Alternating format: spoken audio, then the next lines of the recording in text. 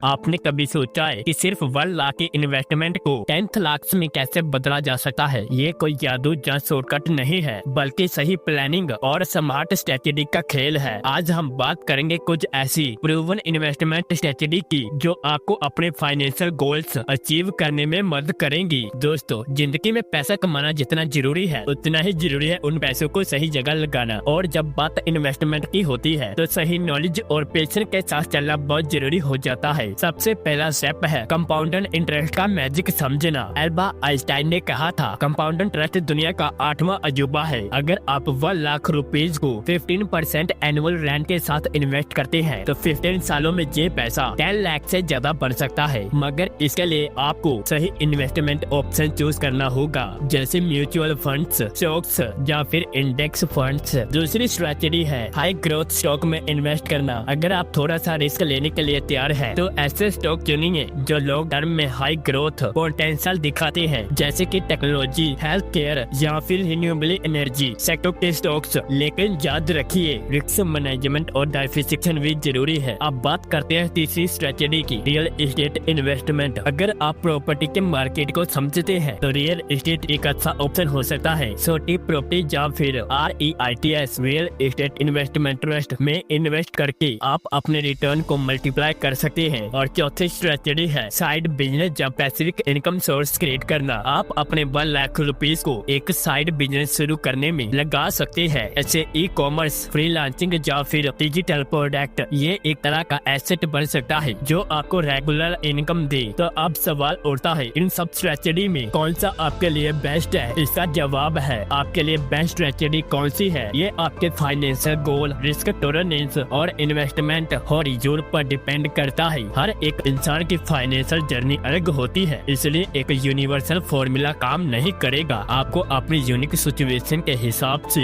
अपनी स्ट्रेटेजी तय करनी होगी। आपको ये भी समझना होगा कि इन्वेस्टमेंट एक शॉर्ट टर्म रेस नहीं है, बल्कि एक मैराथन है। पेशेंस और डिसिप्लिन आपका सबसे बड़ा टूल्स है। बहुत बार लोग जल्दी रिजल्ट न मिलने की वजह से अपने इन्वेस्टमेंट को विड्रॉ कर लेते हैं, जो कि एक गलती हो सकती है। चलिए एक प्रैक्टिकल एग्जांपल से इस बात को समझते हैं। मान लीजिए आप 1 लाख को SIP सिस्टमैटिक इन्वेस्टमेंट प्लान के थ्रू म्यूचुअल फंड्स में लगाते हैं। अगर आपको एवरेज वेल्थ माइनस 50% का एनुअल रिटर्न मिलता है और आप इस इन्वेस्टमेंट को 10 से 15 साल कंटिन्यू करते हैं तो ये पैसा एक्सपोनेंशियल ग्रोथ कर सकता है। इसमें कंपाउंडेंट का पावर काम करता है, जो आपको छोटी रकम से बड़े रिजल्ट तक ले जाता है। एक और चीज जो आपको ध्यान में रखनी चाहिए वो है मार्केट ट्रेंड को समझना और अपने इन्वेस्टमेंट को रेगुलरली रिव्यू करना। मार्केट डायनामिक है और आपको अपने पोर्टफोलियो को हर साल या छोटे छोटे समय अवधि पर देखते रहना चाहिए। कहीं आप किसी ऐसे एसेट में तो नहीं लगे हैं जो अंडर परफॉर्म कर रहा हो। और साथ ही अपने आप को फाइनेंशियल नॉलेज से अपडेट रखना बहुत जरूरी है। आज के डिजिटल एरा में आपके पास बहुत सारे रिसोर्सेस है, YouTube video, podcast, financial blogs, expert के एनालाइज। इनका यूज करके आप अपने फाइनेंशियल एक्यूमेंट को और स्ट्रॉन्ग कर सकते हैं। आप जितना डिसिप्लिन और इन्फॉर्मेटेड रहेंगे, उतनी ही जल्दी आप अपने 1 लाख रुपीज को 10 लाख रुपीज में बदलते देखेंगे। लेकिन इस सफर में एक चीज और बहुत जरूरी है, और वो है कंसिस्टेंटली और इमोशन का कंट्रोल। इन्वेस्टमेंट के सफर में कभी कभी मार्केट गिरता है, कभी ऊपर जाता है, जहाँ आपके इमोशनल का कंट्रोल करना बहुत जरूरी है। पैनिक सेलिंग या ग्रीड के चक्कर में अपने गोल से मत भागिए। आखिर में याद रखिए कि आपका फोकस 10 लाख रुपीज कमाने पर नहीं, बल्कि एक स्ट्रॉन्ग फाइनेंशियल फाउंडेशन बनाने पर होना चाहिए। अगर आप सही प्लानिंग, रिसर्च और पेशेंस के साथ अपनी जर्नी को शुरू करेंगे तो 1 लाख रुपीज से 10 लाख रुपीज और या उससे आगे का सफर भी पॉसिबल है। तो दोस्तों, आपकी फाइनेंशियल जर्नी का पहला स्टेप क्या होगा, मुझे कमेंट में जरूर बताएं। अगर ये वीडियो पसंद आया हो तो लाइक करें, शेयर करें और हमारे चैनल को सब्सक्राइब करना ना भूलें, क्योंकि आपकी फाइनेंशियल फ्रीडम का रास्ता यहीं से शुरू होता है। मिलते हैं अगले वीडियो में एक नए टॉपिक के साथ।